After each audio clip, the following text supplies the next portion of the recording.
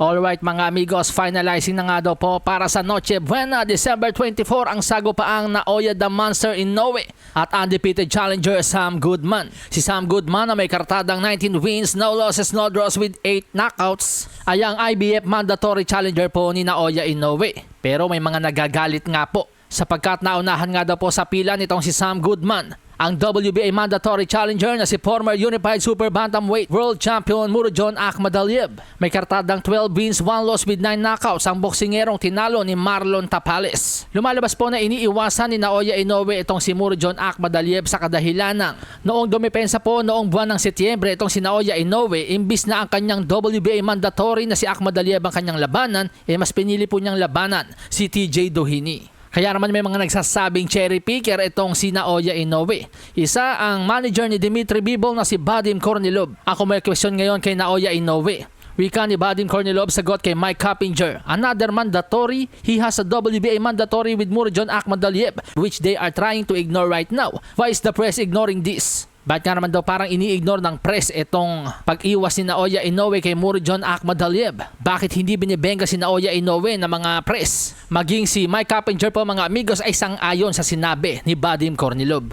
Pero may mga anggulo pong tinitingnan kung bakit mas karapat dapat daw po si Sam Goodman kesa kay Murodjon Akhmadaliev. Tulad nga po ng sinasabi dito, 5-0 daw po ang record ni Sam Goodman mula nang matalo si Murodjon Akhmadaliev kay Marlon Tapales. Kabilang ang isang quality na panalo kontra kay Raiz Alim. Samantalang si Murodjon Akhmadaliev mula nang matalo kay Marlon Tapales ay isang beses lang pong lumaban. At kung atin nga pong matatandaan, ito rin pong si Murodjon Akhmadaliev ay umiiwas po noon kay Coolboy Stephen Fulton. Heto po ang pahayag ni Stephen Fulton noong ayaw pong lumaban sa kanya ni Murodjon Akhmadaliev.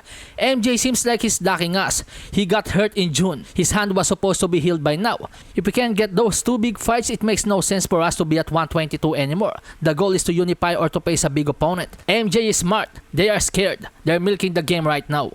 So yan po ang dahilan mga amigos kaya't nagtapat po itong si Naoya Inoue at Stephen Fulton dahil ito pong si Murodjon Akhmadaliev ay ayaw pong maipag-unification para sa undisputed sana noon kay Stephen Fulton. Pero ngayon meron na pong isang dungi sa kartada si Murodjon Akhmadaliev parang bigla po siyang tumapang at willing ng labanan kahit sino. Sahin ang baraha, patunayan mo sa'kin ha. Sino man ang mabunot na kalaban, di ka